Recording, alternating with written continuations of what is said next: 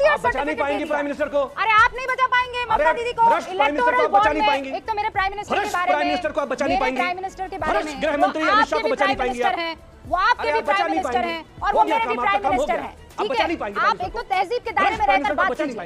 वो भले ही आपके पार्टी के ना हो, भले ही आपकी आइडियोलॉजी पर नहीं रखते हो, अरे वो ऐसे चीखने से कुछ नहीं होगा, ऐसे ऐसे हाथ हिला हिला के बोलने से कुछ नहीं होगा। ममता दीदी के बारे में बोलने में घबराहट हो रही है। आप क्या ममता दीदी के पेरोल पर हैं? इज्जत नहीं करेंगे?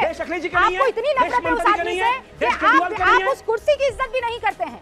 यही तो आपको ले डूबता है ना, आपके अंदर की नफरत आपको खा रही है, आपको समझ ही नहीं आ रहा है।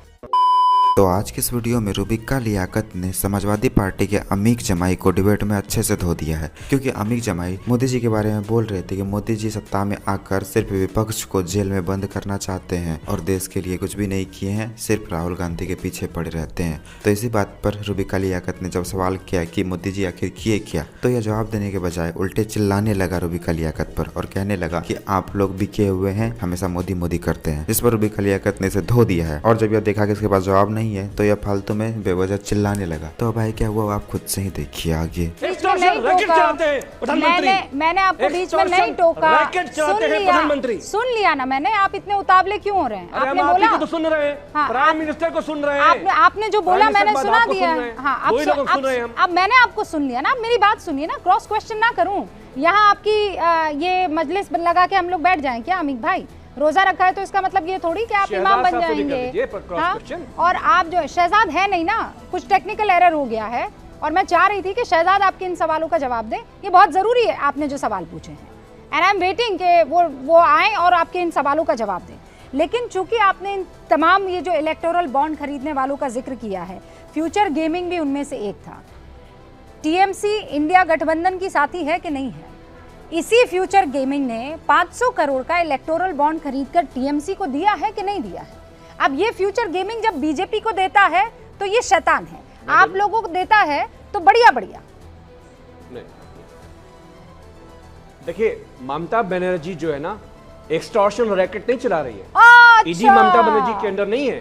अच्छा, सीबीआई ममता बनर्जी के अंडर नहीं है, इसीलिए सबसे ज्यादा चंदा उनको मिलता है। पूरी बात सुन लीजिए। हाँ? जबकि एक रीजनल पार्टी है। पूरी बात सुनिए, पूरी बात सुनिए। और आपने उनको क्लियर बचा नहीं पाएंगे प्राइम मिनिस्टर को। अरे आप नहीं बचा पाएंगे ममता दीदी को इलेक्टोरल बॉन्ड में। एक तो मेरे प्राइम मिनिस्टर के बारे में, प्राइम मिनिस्टर को आप बचा नहीं पाएंगे, प्राइम मिनिस्टर के बारे में, गृह मंत्री अमित शाह को बचा नहीं पाएंगे आप। वो आपके भी प्राइम मिनिस्टर हैं और वो मेरे भी प्राइम मिनिस्टर हैं। ठीक है, आप एक तो तहजीब के दायरे में रहकर बात कीजिए। आप तहजीब के दायरे में बात कीजिए, क्योंकि वो आपके भी प्रधानमंत्री हैं।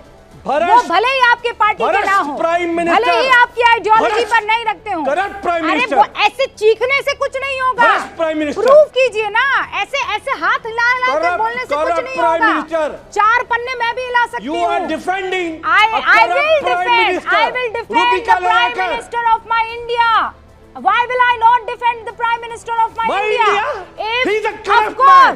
He's a corrupt man. अरे ऐसे ऐसे करने से करप्ट नहीं हो जाएंगे ना। Give me a proof. Give me a proof. He is demolishing the democracy. मैं कह रही हूँ give me the proof. Demolishing the democracy, आप यहाँ क्यों बैठे हैं? करप्ट चीखने से अच्छा है वहाँ जाइए और दर्ज करवाइए। आप तो अच्छे खासे वकील है ना, दर्ज करवाइए, आप मामला दर्ज करवाइए।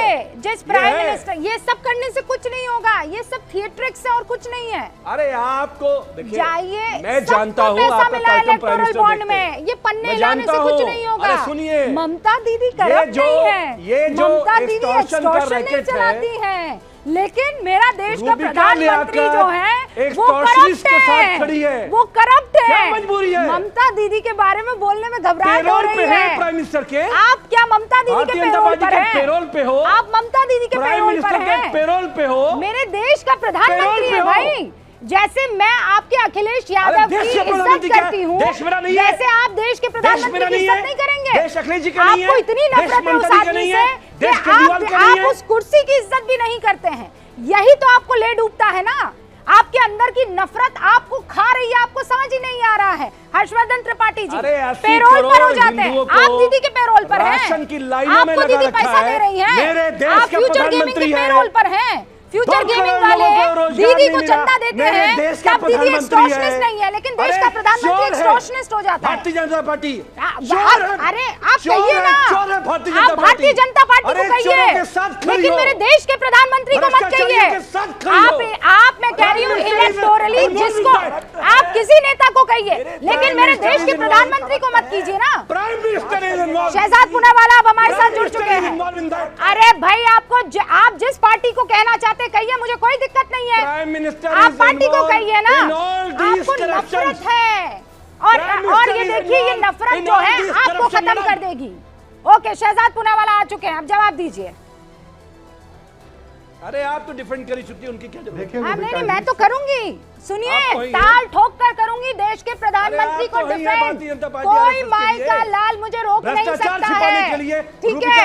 मैं सुनिए, अमीर जामई मैं तो कह रही हूँ, माशाअल्लाह कह रही हूँ, एकदम ताल ठोक के कह रही हूँ, देश का प्रधानमंत्री अच्छा काम करेगा तो मैं उसके साथ खड़ी रहूंगी। कोई अमीर जमाई मुझे रोक नहीं सकेगा। अमीर जमाई आप रहिए जिसके साथ आपको रहना है। Shehzad Poonawalla on screen please. देखिए रूबिका जी, आज तो सवाल सिर्फ इतना है कि पहले करेंगे भ्रष्टाचार, फिर चिल्लाएंगे अत्याचार, खेलेंगे विक्टिमहुड कार्ड, क्योंकि उनको लगता है इनका जनसिद्ध अधिकार है भ्रष्टाचार करना। भाई कोर्ट आपके खिलाफ फैसले दे रहा है ना, आज कोर्ट ने आपके खिलाफ फैसला दिया है। और अमित जमाई जी, मुझे तो हैरत होती है कि एक समय था कि अरविंद केजरीवाल मुलायम सिंह यादव जी को जेल में डालना चाहते थे, वो लालू प्रसाद यादव को जेल में डालना चाहते थे, सोनिया जी को जेल में डालना चाहते थे। आज लालू प्रसाद यादव के साथ खड़े होकर भ्रष्टाचार के खिलाफ कार्रवाई पर वो बोल रहे हैं। और आपकी भी स्थिति इस प्रकार से हो चुकी है कि जनता ने 14, 17, 19, 22, 23 इसमें रिजेक्ट करने के बाद आपने भी आज इस प्रकार की राजनीति अपनाई है कि उन्हीं के साथ खड़े जो मुलायम सिंह यादव को जेल में भेजना चाहते थे। भाई अमित जी, मैं आपसे एक ही बात पूछना चाहता हूँ। अमित जी, मैं तो आपको केवल एक ही बात पूछना चाहता हूँ, तो कोर्ट ने फैसला किया ना इस पे, आप जेल में डालना चाहते थे कि नहीं? बताइए। सारे मामलों पर कोर्ट ने क्लीन चिट दिया है। शहजाद पूनावाला प्राइम मिनिस्टर नरेंद्र मोदी को, गृह मंत्री श्री अमित शाह जी को जेल में डालना। समाजवादी पार्टी के हर प्रवक्ता का यही हाल है, पहले अनुराग भदौरिया, अब अमीर जमाई, ये दोनों एक तरह ही करते हैं। जब भी इन लोगों के पास कोई जवाब नहीं होता तो ये लोग कुछ भी बोलते हैं और पत्रकार को ही बोलने लगते हैं कि आप लोग भी किए हुए हैं, सिर्फ मोदी मोदी करते हैं। जब भी इन लोगों को लगता है कि ये लोग फंस चुके हैं तो इन लोगों का ऐसा करने का पुराना आदत हो चुका है, और इस वजह से ये लोग हर जगह अपनी धुलाई भी करवाते हैं, लेकिन वो अब आदत ही हो चुका है इसको सुनने का, इसलिए ये लोग सुधरेगा भी नहीं। इसलिए अब क्या करना चाहिए, इन लोगों को छोड़ देना चाहिए और हो सके तो डिबेट में नहीं बुलाना चाहिए, तभी सुधरेगा। खैर, आपको अगर थोड़ा सा वीडियो अच्छा लगा तो वीडियो को लाइक कर दीजिए और ऐसे ही वीडियोस के लिए आप हमारे चैनल को सब्सक्राइब जरूर कर लीजिएगा। हम मिलते हैं बहुत जल्द किसी और वीडियो में।